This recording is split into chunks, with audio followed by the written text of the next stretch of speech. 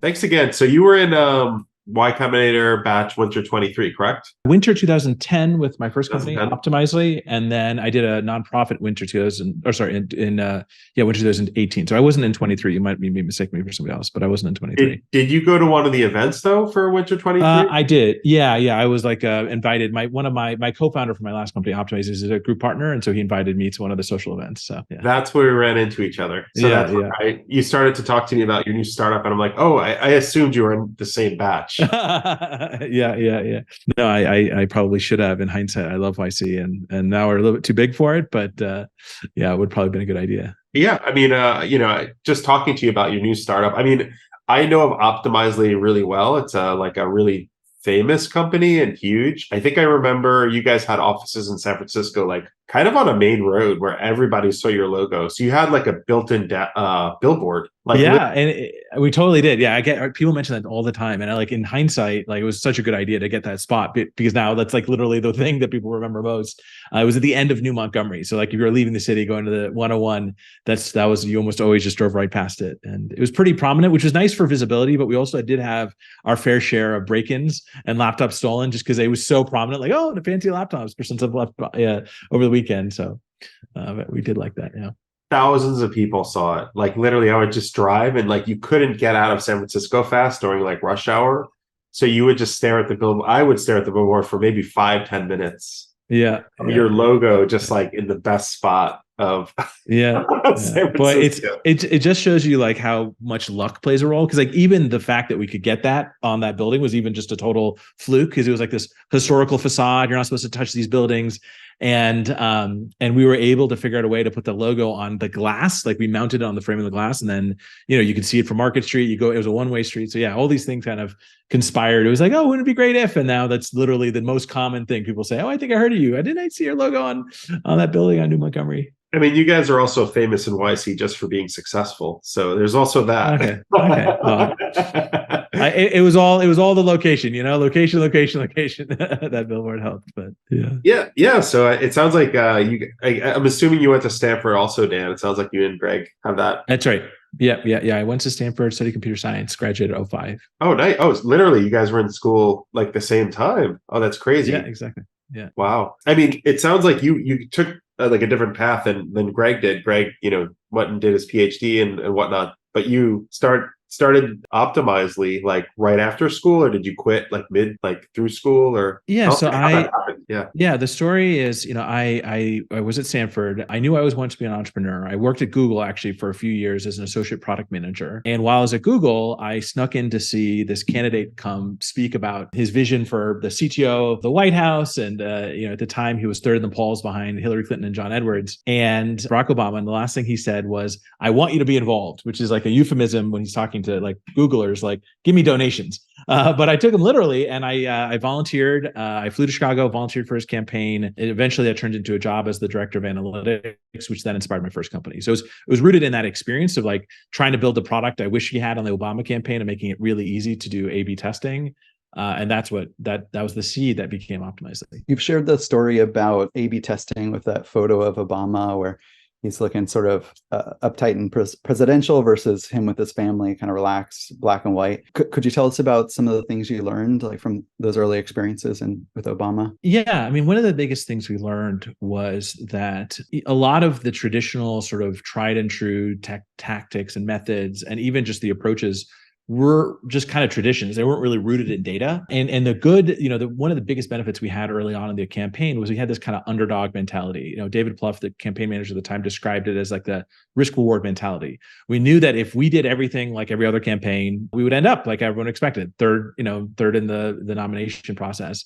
And so he had this tolerance to try different things, risks, do things like unconventionally. And one of those was actually using data to inform our decisions. Usually kind of like the decision of what shows up on a presidential campaign's website, the very first thing you see is an entirely political top-down, the dude with the most gray hair on his head who's been around the block decides, what's going to influence and persuade the voters.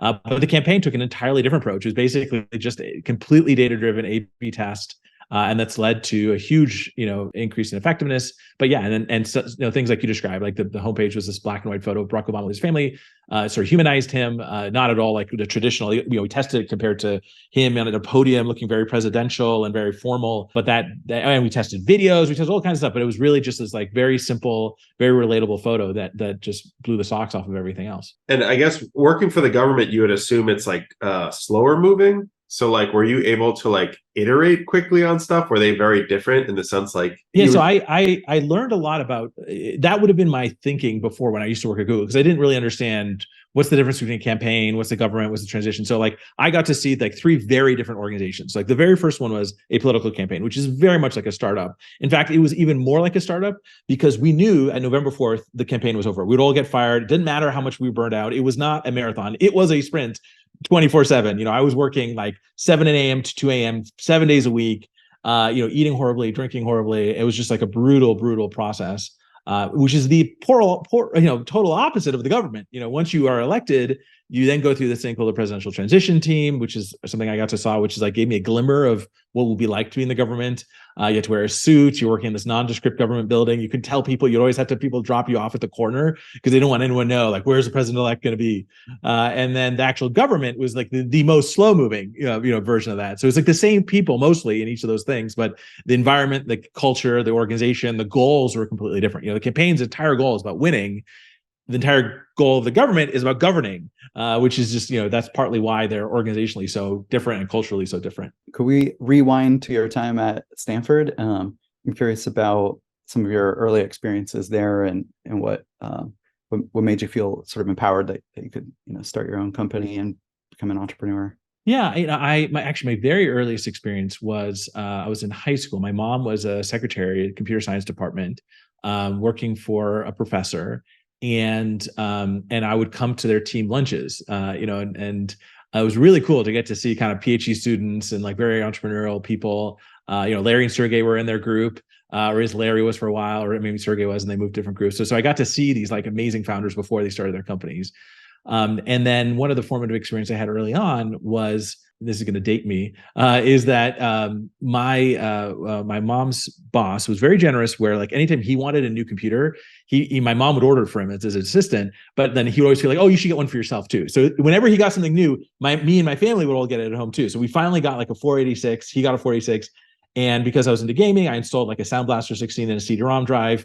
I did it in that, and then my mom's boss found out. I was like, oh, I would want one of those. And so I remember as a 13-year-old installing like a Sound Blaster 16 and a CD-ROM drive in the professor of computer science's computer. And I thought to myself, boy, if he can't even do that, a professor of computer science, which I thought like what he did every day was like installing CD-ROM drives, then I sort of gave me this like confidence that maybe I could do this. Like it's not so so hard to achieve. So I know in hindsight that's so ridiculous, but that definitely those early formative experiences gave me a lot of kind of confidence to pursue kind of the path of what ultimately I'm doing today. That lab group, was it the Info Lab? It was, yeah. Oh, wow. Was it with Hector Garcia Molina? Yeah, and that's who I'm talking about. Hector Garcia Molina was my mom's boss, and that I installed it in Hector's machine.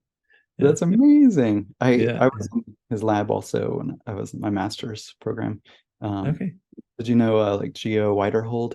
Yeah. You must have known my mom then, Mary Ann Siroker. Did you ever cross paths with her? Oh my gosh, yeah. Oh, wow, you know that was your mom. Yeah.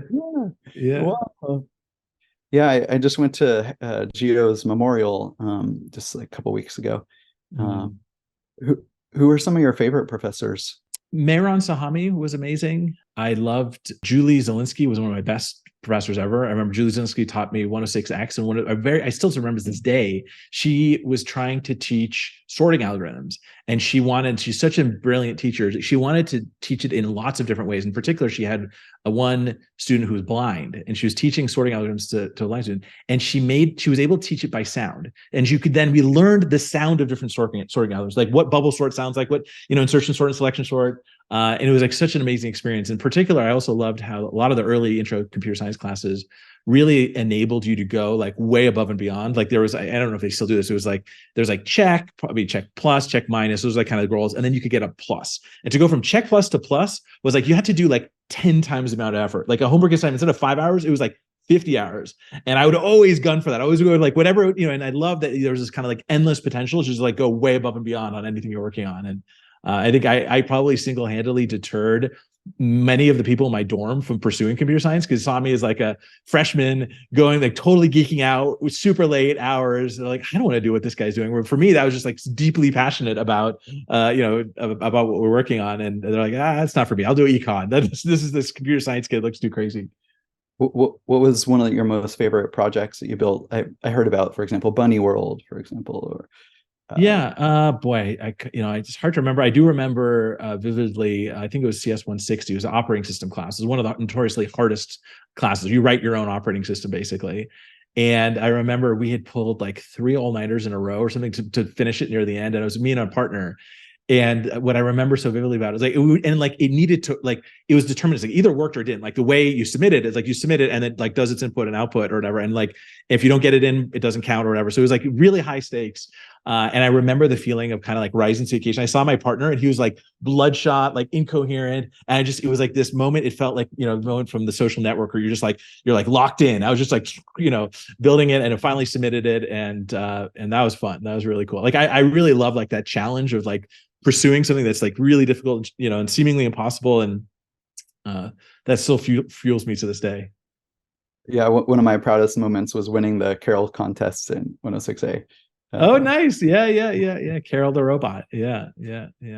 I had it drop those like little beepers, different colors, and sort of draw some paintings based on like a bitmap pixelation of some Andy Warhol paintings that I fed into a MATLAB code, and it sort of generated the instructions for Carol to very nice. Yeah.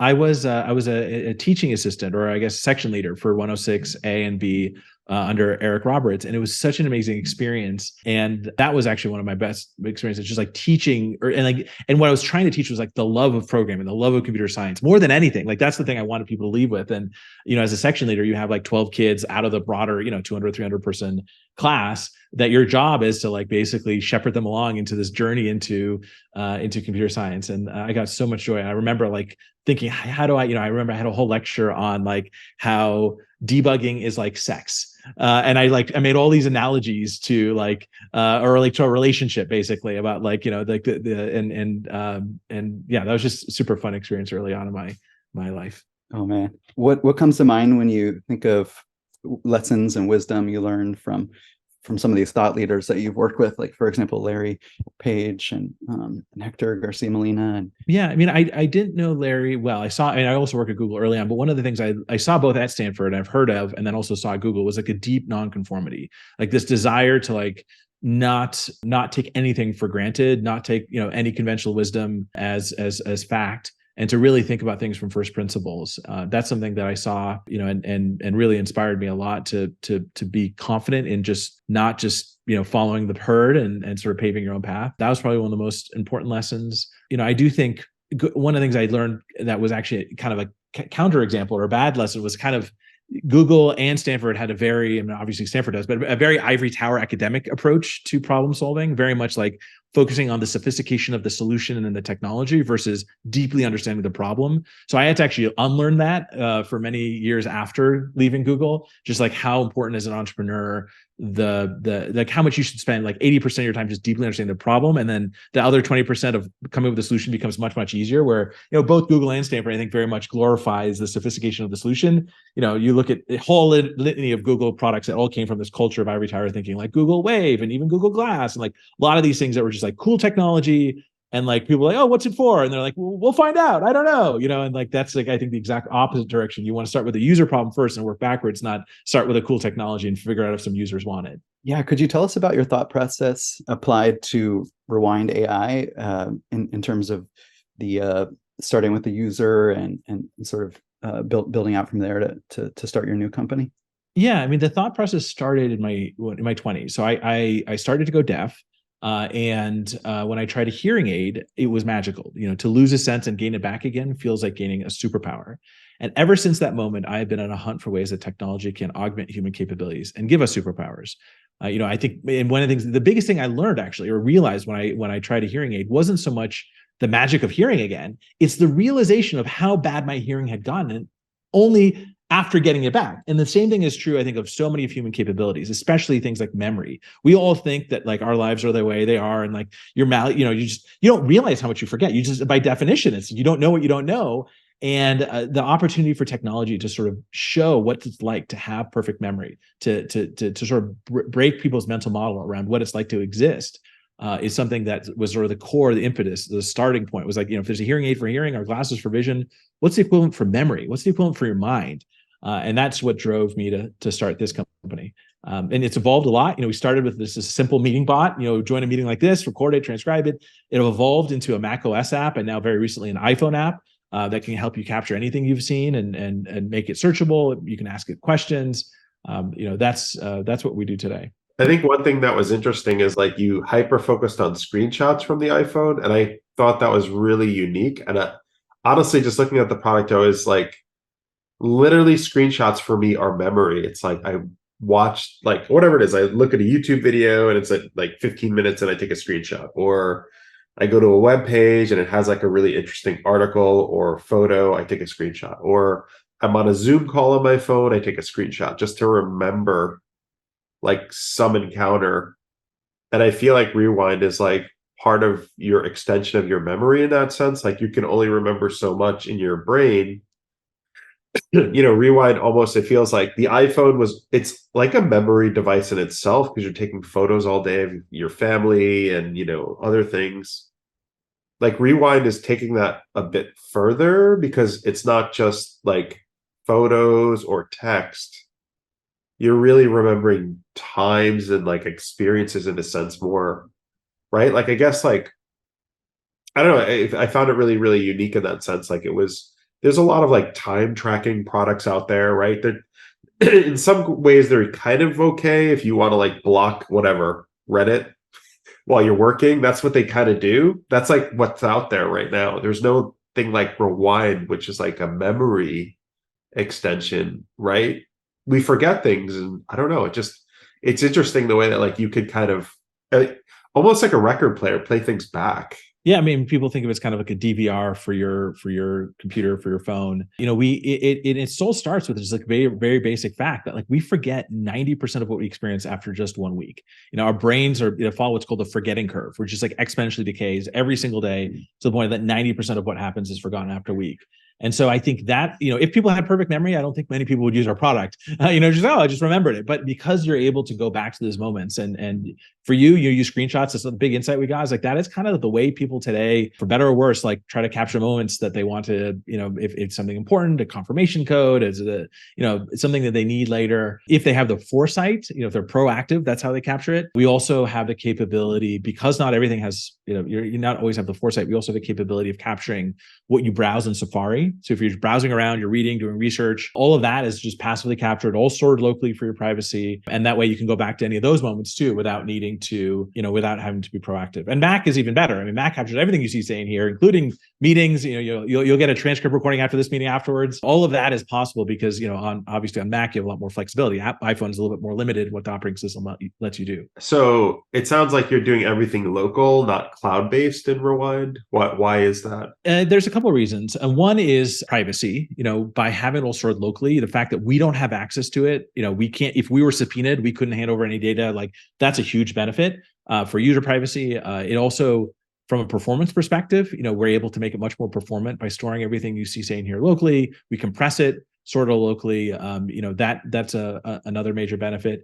And we do think eventually, and we're actually working on it now, having an end-to-end encrypted solution that stores all the data you've seen, said, or heard in a way that still we don't have access to, but you can sync across devices, alike between your iPhone and Mac, I think is super valuable. So it is going to be an inevitable part of what we offer, but we started with a local only approach for those reasons. Interesting. I'm thinking about it like, the world is kind of changing with also AI and machine learning. I'm kind of envisioning something where like you literally could talk to yourself and say, 2 years ago, I was at this really good restaurant. Where was that? And literally, your extension mind, Rewind, would say you were at, you were in Mountain View, California at this particular restaurant. That would be insane if it gets to this like level for people. It's almost like an extension of who you are and where you. Yeah, that was one of the biggest. So when we launched on iPhone, one of the biggest surprises, start seeing people tweeting about the things they were able to ask Rewind. that we never anticipated. Like somebody asked, when did I get COVID? And because they took a screenshot of their COVID test, we actually, I didn't think we would be able to answer that perfectly. We're like, oh, you had COVID on this date, you tested positive. People were asking questions like, who is that? What was that website I saw that was trying to do this thing, but it's not this other thing? And that found it perfectly because it was capturing a screenshot or capturing something they browsed. So it's amazing how, our minds work through association, our memories work through association. And that's such a great model for asking large language models. If you have the underlying data of the things you've seen, said, or heard, and you ask a question through association, large language models are like the perfect solution to answering what you're trying to find. I do think. Go on, Greg. Could you tell us about the Mind Emulation Foundation and your vision for accelerating us towards human mind emulation? Yeah, it's a crazy idea. So I'll just start off with that. So I'm pretty self-aware of that. The idea is basically this. I believe what makes us is an emergent property of our bodies called our mind. It's not the physical stuff. Our bodies, every second, millions of our cells die and grow. And so we are constantly changing. When you go to sleep at night and wake up in the morning, you're fundamentally, biologically, physically a different person, but you have this psychological continuity of self that is an emergent property of your mind. And so the Mind Emulations Foundation, the vision of it is to fund and conduct scientific research to emulate the mind non-biologically, most likely digitally.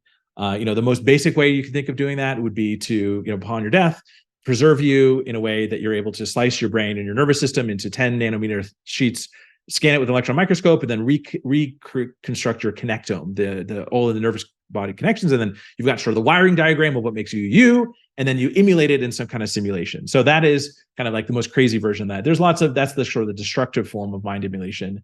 And then there's like non-destructive forms. A lot of folks are looking at that. The resolution is a bit harder, but that's the aim there. And there's a lot of basic science. Like interestingly enough, I started this nonprofit because I'm obsessed with this idea of and it comes back to this vision I had from getting a hearing. It's like using technology to give you superpowers. And it was actually through this journey of exploring this nonprofit that I met a neuroscientist at Stanford. And he asked me a question, which actually was the seed that started Rewind. He asked me, okay, Dan, let's say it's possible. I'm kind of skeptical. Let's say it's possible to emulate you non-biologically. How would you, as Dan, be satisfied that your emulation was sufficiently enough you that you would be happy with the result? And then I started to hem and haw, and I thought of like a personalized Turing test. And I thought, well, actually, wouldn't it be great to collect everything that you've seen, said, or heard while you're still alive so that I could do a test? And one day, like this emulation exists, and say, hey, Dan, what was the context of you met somebody on Zoom and congratulations class of 2020 on their Zoom background? What was like a very precise question that only I would have known and I have seen from the experience I've had. And if this emulation could sufficiently say, oh, actually, I think that was a Zoom recording, you had probably back in August or something, like then I know that's one example of a way to emulate. So at least it would help you verify that the emulation was sufficiently enough you. That was the neuroscientist question. It also would probably happen with help with error correction. And if you've seen dystopian shows like Westworld or Altered Carbon, these shows all show you all the ways in this idea goes bad. But if you watch Westworld, it'd be nice to have, while you're still alive, a way to do error verification, so you're not sort of forever in the simulation that's tormenting you.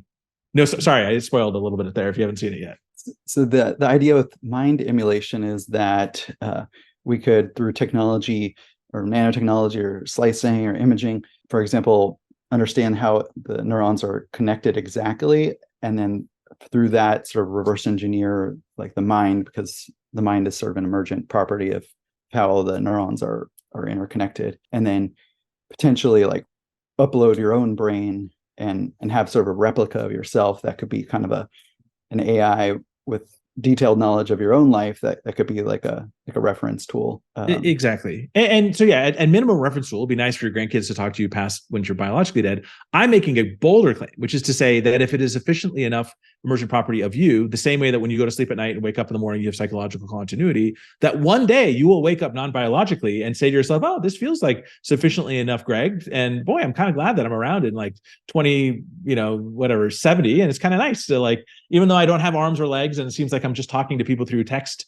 as long as you're emulating the non-biological properties sufficiently well, that the emergent property of your brain, or your mind, I should say, your brain is the physical matter, your mind is the emergent property, then I think that's just enough, as much you as you are the way you are when you woke up this morning compared to when you were the night before. I know you're connected with Sam Altman, and he's been working on brain machine interfaces and large language models and stuff like that. Where do you see things headed as far as AI and LLMs sort of merging together to enable the mind emulation? Well, I think large language models are kind of the average best of all human knowledge, and it's not personalized. It's not you. So it's powerful and amazing, but there's no one who would even claim that an LLM is individualized, let alone an individual person. And I do think it is an interesting model that shows you how much you could do purely through just the statistics of like predicting what the next character or word should be or token should be. And so I think it's like a kind of good proof of concept that like maybe what we think of as consciousness is much more just an emergent property of a pretty sufficiently complex system. So in that sense, it does kind of lead credence to this idea that like there's nothing special about the meat that is our bodies, nothing special in meaning nothing sort of spiritual, ephemeral, or like there's these philosophers who think of dualism and there's like something that's not like it's just an emergent property of the thing that's pretty complex that evolved over time. And now if we can emulate it, great. I do think, large language models and AI in general are on a path towards some pretty major changes in society and the world. I'm not a big believer in this sort of like ever accelerating singularity idea that like all of a sudden the AIs are going to get way better than we can ever control. They're all going to get really good. I actually think I'm both a techno optimist and also like, I actually think most like somewhere both maybe at OpenAI or some labs, like there are probably sufficiently good AIs that are basically AGI. Like it's like the shift from, where we are today and what this idea of, AGI is like, I don't think it's as binary as people are thinking. It's like, oh my gosh, as soon as there's an AGI, like we'll have one AGI and the whole world changes. Like, no, like once there's a new baby born, that's a AGI. It just happens to be a meat wet. It's like another human was born, and new humans are born all the time. Like if one day a new human is born and it happens to be a computer, like how's that going to dramatically change the world? So I think it's a bit overblown and kind of like everyone goes to the extreme of the worst case scenario. In reality, it's like it's going to happen. It'll like be a big news cycle and then a whimper. They're like, hey, remember 3 weeks ago? And like when AGI happened and like everyone thought it would be a big deal. So that's my prediction. Maybe I'll be wrong. Who knows? You can go back to this recording and say, boy, was he wrong? But that's my prediction is like AGI is kind of like, it's cool. It'll be amazing, an amazing achievement in science, but it's not going to dramatically overnight change the world. I think many jobs will go away. Like lawyers, I think generally will go away.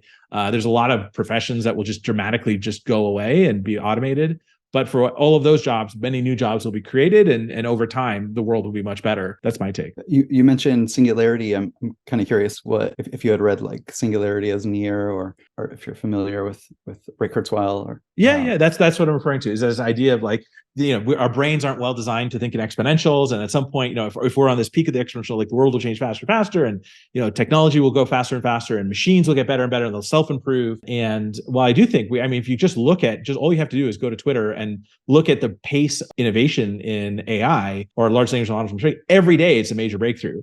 And so definitely we're at this amazing compounding, accelerating rate of return. But the leap that he makes and others make is that like as soon as a computer is as good as a human, or as soon as a computer can self-improve, that all of a sudden it will like exponentially on its own get better. And that I think it's sort of this out of control growth that I think is a bit overblown. Is that just sort of generalized skepticism, or is there kind of like a basis for I just think they're making a logical fallacy. They're saying like, whoa, this is like super amazing that a computer can be a human. And then, wow, like a lot of other crazy stuff will happen too. But like, I don't think it's that crazy that a computer can be a human. I mean, maybe if you heard my spiel on mind emulation, you made me disface. Like, I don't think there's anything all that special about humans that is like magical, that all of a sudden if something digital can do what a human can do and generally is good, if not better than the average human, like that will be cool. I'm glad that will happen. I know it will happen. If not, I already think it is happening in some settings, but it's not like all of a sudden, it's like people say that, oh, this crazy thing that'll happen, ... exponential, the world will change. It's like with the ... part is a little bit of like I don't know if you know the underpants gnome meme from South Park. It's like there's a lot that has to happen there that you're kind of assuming will happen. It's like you're not logically arguing like just because a computer can be as smart as a human, therefore all of a sudden overnight the world will transform and we'll all like Terminator 2 and all these other sort of sci-fi things will happen. Yeah, I hear you on that. I attended Singularity actually, at university, and I've gone to a lot of the summits over the years. Were you at that one at Stanford in 1999, or there was a 2005 summit? I didn't. That was I know. I pretty didn't. influential for me. Yeah. By the way, how's your mom doing? I hadn't seen her in years. Great, great. Yeah, I moved out here to In the Colorado with area, or us. You know, is she's out here. Yeah, we all came out here. My mom, my brother, and yeah, so we're a big chain migration brought everyone out here. and it was before the pandemic started, right? It was kind of in the midst of it, about in 2020. So like, yeah, we left during the pandemic with a huge this is when California was on fire. You have the smoke everywhere. Yeah, it felt very like post-apocalyptic, and that's why people think about AI. They think that all of a sudden like AGI will exist, and then like the skies will go dark and scary and gloomy, and you can't trust a car because it's going to kill you because it's got a robot inside that has some kind of nefarious motive that we don't really understand. Sounds like a lot has actually changed in life for you in 2020. COVID happened. Look, I was just looking at the acquisition date for Optimizely. It was 2020, and then like you moved. So that was like a life-changing moment. Did you like move during COVID, or was it like? Yeah, absolutely. Yeah, we did right in the middle of COVID, and we had to bring 2 kids, 2 cats. We've now since had a 3rd kid, so it was quite a move. And in fact, I started this company before even finishing selling the old one. So like most people, when they hear that, they think, are you crazy? Didn't you want like a break? But twice in my life, I've had this, there's no other word to describe it, but like a calling. Like I thought like the Obama campaign was one of it. I saw Obama speak. I had this, like, I couldn't not do it. Like everyone at Google was trying to convince me I was the dumbest idea in the world. In fact, my dad, he said, there's no way that America is going to elect Barack Obama. And in fact, that drove me, not that he was racist, but he believed America was racist. There's no way and that drove me so much to like prove him wrong, that like I had this calling to go prove him wrong. That was one of the reasons, not just to prove him wrong. And then similarly, I think with Rewind, it was this desire to show how technology can augment our capabilities and give us superpowers. Like I feel like I got a secret when I wore that hearing aid for the first time. And that secret is that we are no more than our senses and our ability to process those senses into our own reality. And if we can augment using technology, that truly can make us, feel like we have superpowers. And that was another calling that I just couldn't not do, despite the fact I was working on a different, B2B SaaS company, which I'm proud of, but it wasn't my calling. It wasn't the thing that I want to do for the rest of my life, which Rewind is. Wow. So you had 2, and you were CEO of Optimizely for a long time, and then you moved into, I guess, a different role there and started working on this.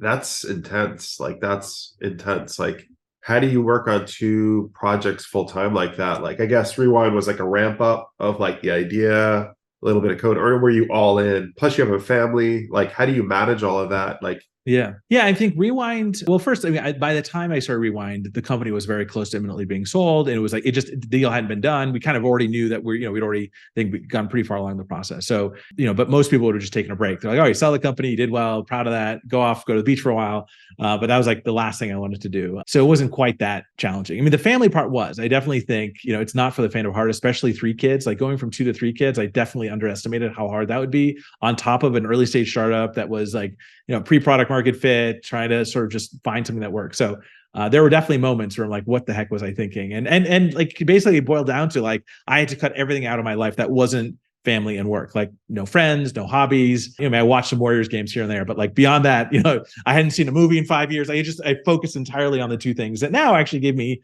far more joy than I ever had in my career. Like even though I don't have what typically gives people joy, like hobbies and stuff, I get so much satisfaction for my family and for my work that I wouldn't trade it in for the world. I got a technical question. Daniel, is that cool? Yeah, go for it. I'm kind of curious how you envision the future of digital interactions, like in the future, for example, memory recall, and where do you see the industry headed? How would things work? Like for example, you mentioned the singularity, and for example, you might have nanobots sort of swimming in your brain, allowing you to connect directly to the cloud and computers, allowing people to live immersively in digital environments. But where do you see things headed, and how do you see it playing out? And where do I see what specifically? Just like how the world will look in terms of how we interact with computers, like computer and human interaction, or is there something more broad? Well, right now you're working on the Rewind.ai and utilizing like audio to text and screenshots as sort of like a memory recall enhancement. But where do you see it headed once we have more sophisticated tools? Yeah, I see where we are heading at Rewind is more about how do you turn your past into action?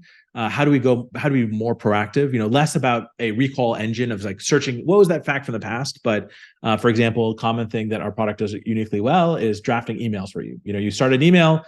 For example, I want to email Sam Altman, ask him to catch up. Rewind knows, hey, you were first introduced to Sam Altman in 2010 by Paul Graham. Like it knows that he's an investor in my company. It knows that we just launched a product that integrates with GPT-4. And so for Rewind to then draft that email for me, and then I don't have to spend my time thinking, oh boy, how do I ask Sam to catch up? I just have Rewind do it for me, and I edit it, I tweak it like that. Like that's an example of ways that AI can like fill the gap of things that would otherwise be monotonous or menial, and you can actually just have the AI draft it for you. Examples like even this afterwards, I'll send it to the both of you. You'll get a summarized transcript of this, not even transcript. You get a summary of this podcast with, it's pretty good. I haven't seen it yet. It'll be pretty good. I know it will because it's able to do what AIs and large language models does so uniquely well is it takes a large corpus, an hour-long conversation, synthesizes it to the core parts, and then does the thing that if I did have perfect memory and I was paying attention, I was taking notes on everything, if I was superhuman, I would be doing, but a machine can do for you. So it's that theme of things that I think we can continue to do for a very long time. I think another big leap will be Vision Pro. We're going to be going to Apple in a few weeks to prototype our app there and to try it on and to see what it's like to go beyond just your phone and your Mac, but to the real world and capture everything you see, say, and hear in the, at least in the AR VR world of what Apple's allowing you to do. So that's going to be exciting. And I think it's only going to go more from there. I think I understand better now. It's almost like you have GPT-4 and you train it on detailed, like massive corpus of your own life, of like what you've written and people you've met and life events, and it just understands. And so then when you go to take an action, for example, emailing Sam Altman, it will just have all that available to enhance your productivity and capabilities. Yeah, that's a great way to think about it. That's actually a really interesting take on OpenAI and what they're doing, because like they're really scouring the web. You're scouring like the laptop, and that kind of is giving you insights into what to write for people, which is a completely different spin on AI, if that makes sense. You're encrypting everything on the laptop. Like, are you envisioning, like, I know OpenAI, like, there's a debate about like how much you want to give to them and whatnot, because they're going to the web, but like when you give it something, it's doing something with that. Are you guys going to like encrypt that, or like how are you thinking about that like long term? Yeah, I mean, I'm giving you a tough one. Yeah, I mean, we started with like, I totally agree. It's a different kind of AI. We like to say that we're a truly personalized AI. Like it is actually everything about you've seen, said, or heard that is the core of what we do. And it's not actually, go back to your point earlier, Greg, it's not actually training the model. That sounds a little like, okay, you're going to do this big compute thing, you have all my data. In fact, it's not even fine tuning the model. It is using the value, or it's using this idea of the context window when you do a prompt with a large language model and putting into the context window of your prompt the relevant moments of your past to be able to answer the question. So to my point earlier around Sam Altman, when I ask, and this is all real, like you go to there too, you download it, use it. Like and there's a real demo, like when I asked Rewind, write me an email to Sam Altman to catch up, it looks for the word Sam Altman and everything I've seen, said, or heard. It looks at my emails that I've seen. It looks at all locally and uses those moments of my past as part of the context window. And then the large language model then does reasoning on top of that context window. So it's not that we're training the large language model. We just use the already well-trained reasoning model. And actually, Sam Altman got, and a lot of it, AI companies get a lot of slack for hallucinations. So like, hey, why is this thing hallucinating? It's like, it's not factually correct. But like large language models weren't trained to not hallucinate. They were trained to do reasoning. And so as long as you give it the right data, the right context, it will do amazing things. And so that's where we kind of, we are very much a different slant. We leverage, we stand on the shoulders of giants, like we are using GPT-4, but we use it in a way that uses your personalized data to give you that sort of truly personalized AI experience. So that is, and answer your question around the cloud, like, yeah, we don't, again, we're not training models on your data. It stays all on your machine to the extent that we let you synchronize across devices. It'll be end-to-end encrypted, so we don't even have access to it. So that's a very strong line for us. Like we never want to be in a situation where if we, to us, it's the subpoena test. Like if we got subpoenaed for somebody's data, we always want the answer to be like, there's nothing we can do. We can't give it to you. We have no physical capability to do the thing. That would be like the worst version of invasion of somebody's privacy, is like subpoena, like what they're browsing. Like we can't do that. Like it's just, we don't have the capability. And I would much rather live in a world where we can't do it than we have to choose to do it or not, depending on, what the law enforcement agency wants at a given time. Could you tell us about how you've cultivated the relationships with say Sam Altman or Andreessen Horowitz, NEA? Those are like sort of the best entrepreneurs and investors. And I'm just curious how you connected like that. I give Paul Graham a ton of credit. So I did Y Combinator in 2010 with Optimizely, and we were so naive to just everything when it comes to like basically because Google had trained us into a very different corner of how to build products. Google, you don't have to learn about distribution. You just like build a product. I was one of the first PMs on Chrome, and like our whole distribution plan was like build a good product, put the word Google in front of it. You get a couple 100,000 users. If they like it, you'll get a couple million users, and eventually you'll be the biggest browser in the world. Like it wasn't like you needed like a distribution plan. Whereas if you're a startup, you don't have that benefit. You can't put the word Google in front of it. Well, you could, but you'll probably get sued. So that's where like YC really taught us this value of make something users want. That's the whole mantra Paul Graham has. And that's the whole model. And so he, I remember at the end of our Y Combinator batch, we're like, oh, so like, who should we raise money from? And he like introduced us to Sam Altman, to Ron Conway, to, all of the best investors. And that became then relationship. I eventually, Andreessen Horowitz was the largest investor in Optimizely. They're happy enough with me to join forces again. So that's why, they're investors in my next company. Those relationships, I treat so, I view it as like a long-term relationship. I think a lot of founders, view investors kind of transactionally, and maybe that's partly it's something I do a bit different. It's like I don't see it so much as transaction. I see it as like a sacred commitment that they put money, investment, their brand, reputation. Like I want to make sure they look good for having made the decision to invest in me as a person, and that's maybe part of the answer. So you've got Y Combinator, you have Andreessen Horowitz as like your history. I heard they are some of the most supportive, like for entrepreneurs out there, like great investors. What would you say like the differences are between them? I can't quite figure it out myself. I'm from Y Combinator. I did it twice. I know who they are. They're amazing people. I hear great things about A16Z. Like they help support you, like find office space or whatnot. I don't really know, like, because I've never had them as investors, but yeah, I mean, Andreessen Horowitz, the first thing they did that was very unique when they did it. And when Optimizely was invested, it was like almost the only firm that does. Now I think a lot of people have copied them,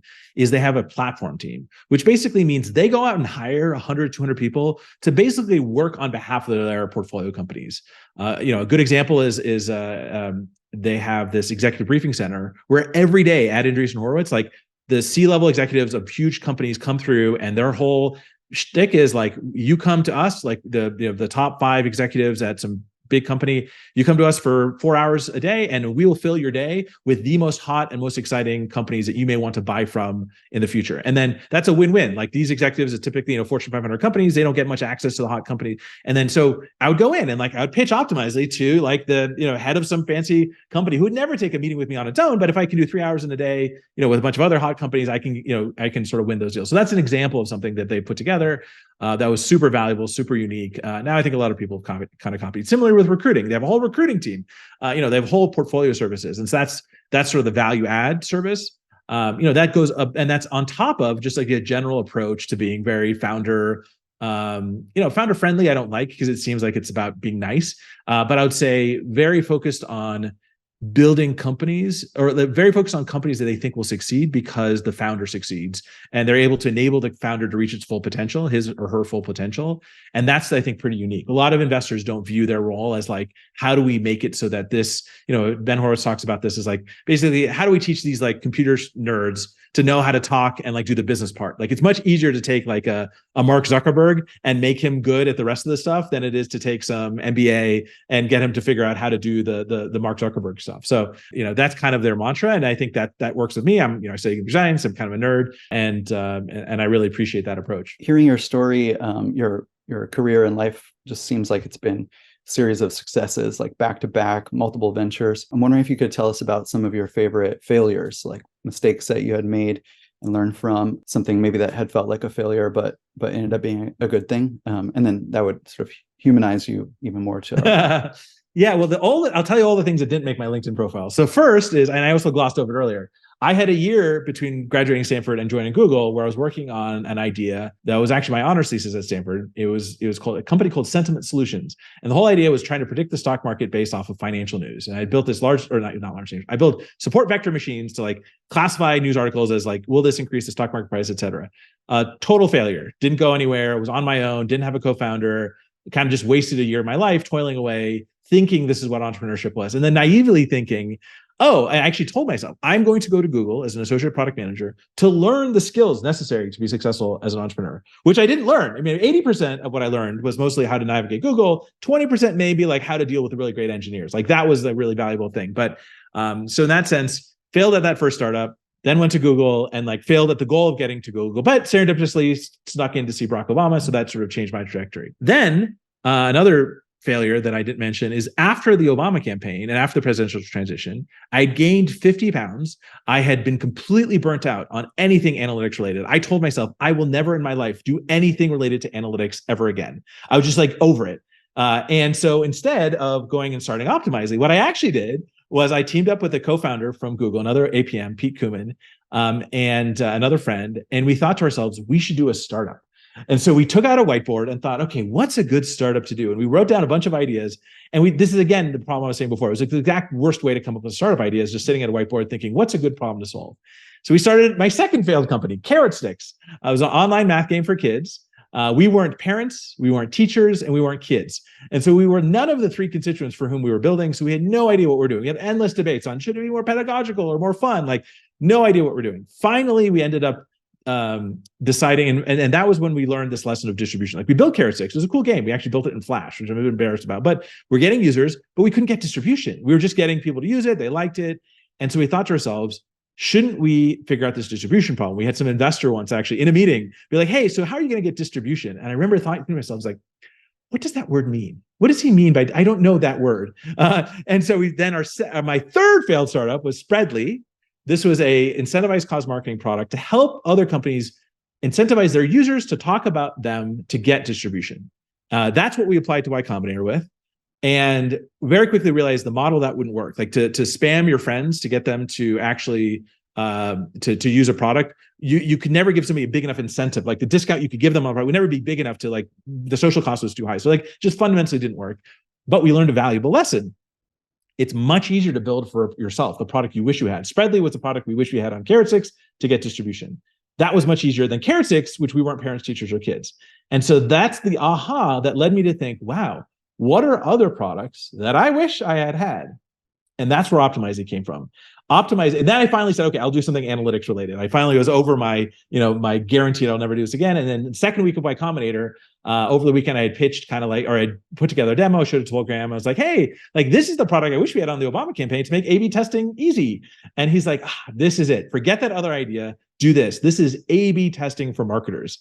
And again, at that point, I didn't realize, what does he mean by marketers? I don't think I've met a marketer before, but he was right. And that's what turned into what, $120 million ARR business and 450 people, a decade later. But, so that's why I give YC a lot of credit to sort of getting us on the right path on making successful startup.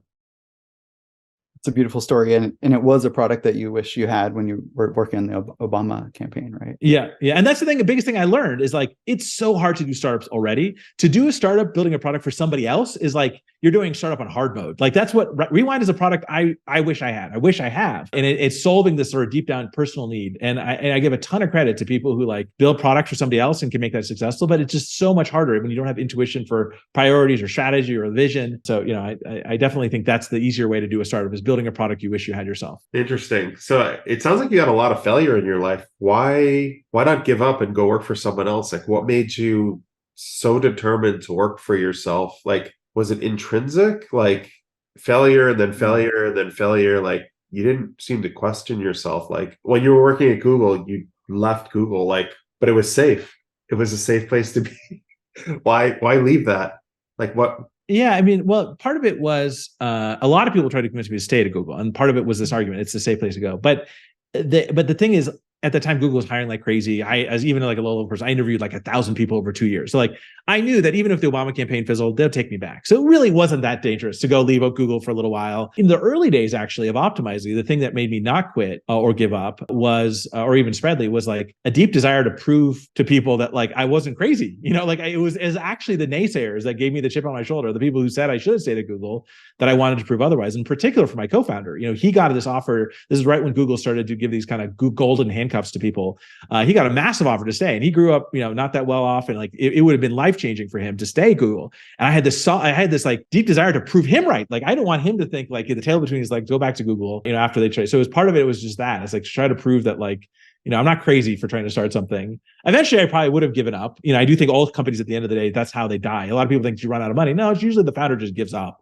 They're just like the co-founder struggles, 100. It's like that's usually how a startup dies. They just give up. So I'm sure if I hadn't had any semblance of success, that's probably my path. But I was lucky enough to stumble upon YC, and that set me straight. And it sounds like you weren't quite integrated in. I mean, you were integrated. Like, I'm sure Optimizely was your life, but like, what made you want to like move on? And like, I think at some point, like, you get these founders who are so integrated into their company that they feel like it's their whole identity. Did you go through like an identity crisis at all? It sounds like maybe not. I don't know. Well, sort of. I mean, so the first 3 years of Optimizely, 2010 to 2013, I had a very clear mission: build a product I wish we had in the Obama campaign. And like 2013, we kind of did it. It kind of coincided with raising our Series A for Benchmark. We're like, hey, we kind of like mission accomplished. And I made the mistake in that moment, not finding the thing that would make me fall in love with the company for the next 10 years. Because we sort of set out to do the thing we had done. And then like, I was kind of aimless. And eventually actually very much felt trapped. Like I was actually deep resentment toward the company because I knew I couldn't leave because they needed me, but I also really didn't want to be there, which is like the worst combination where like, I had this grass is greener, this idea that I'm working on now, which was always pulling me. And at the same time, 400-person company is really a lot of work. I mean, you're constantly dealing with politics, despite your best efforts, as a CEO of that company, a lot of my time was being pulled away from things I love, like product and engineering. Like I was pretty good at hiring product engineering design leaders because I kind of understood that. And all of my time was being sucked in stuff I wasn't very good at, like marketing and sales and customer success. And like that, when my day is spent doing the things I don't love, that I'm not that great at, it just over time, it just wears on you. And I made some bad hires, which also hugely dipped into my tank. Had I made better hires at the executive level, I think I probably would have felt less resentful, less trapped. But ultimately, like it was just as much me wanting to leave as, the grass is greener, as it was just like I just wasn't in love with the company anymore. Got it. I know we're at the top of the hour, and we don't want to take too much more time. Greg, any last? Yeah. Well, I'm wondering what advice you would give to aspiring entrepreneurs, tech innovators such as yourself, looking to make a big impact and improve the world. The best advice I could give is to start with a problem. Deeply empathize with a problem. Ideally, a problem you have that's much easier than a problem somebody else has. And don't fall in love with the sophistication of the technology. Especially as an engineer, you fall so quickly in love with like, oh, cool, large language models. That's a cool new technology. Now let's build a startup to do. Like that's the exact wrong way. Fall in love with a problem first. And if large language models happens the way to solve it, great. But I think you're much more likely to succeed. You'll be much more excited to be there in 5 or 10 years if you fall in love with the problem first than you do it the other way around. So that's the best advice I can give you. The other is to find great co-founders. That's also it's hard being a founder of a company. I'm very, very lucky. Both the companies I've started I have amazing co-founders like that fuel me, and complement me, and that human part I think is also something a lot of times people might underappreciate, but is critical. I wouldn't be where I am today without either of them. Awesome. I mean, thank you so much, Dan, for this. This was an awesome podcast. Really appreciate it. My pleasure. Thank you both. It was really fun to do this and go down memory lane. And I hope you got something you like and you can share with your audience. Awesome. We'll send you a copy of this also after, once it's edited. And awesome. Don't forget that guy with the Stanford quad behind him with the 2020. You will be my personalized Turing test in 60 years when I'm emulated in a computer. I'll be like, who was that? Who was it? Greg? Yeah, it was Greg. That was a guy with the quad behind him. Yeah, great. Awesome. Thank you so much, Dan. What's your best guess on publish, just so I can tell my marketing person? When do you think this will likely be out? I would say two weeks, and we'll get it out. Perfect. And we'll send you the link, and then you'll have it, and then I'll send it to you so you can post it out there. Awesome. And say hi to your mom for me, please. I will. I'm curious, thank you. Did you make it to Hector's memorial? I did. Yeah, I was. You did. Yeah, I missed it because I was out of the country and I feel bad I missed it. But yeah. There were a lot of people that came, right? It was. They did. Yeah. Huang. Right. The auditorium. Yeah. No, it was amazing to see that pouring. His son gave a good bit of tribute, and it was sad to lose him too early for sure. Yeah, but maybe Rewind AI can bring it back one day. One day. All right, great. Thank you both. Take care. Thanks again. Bye.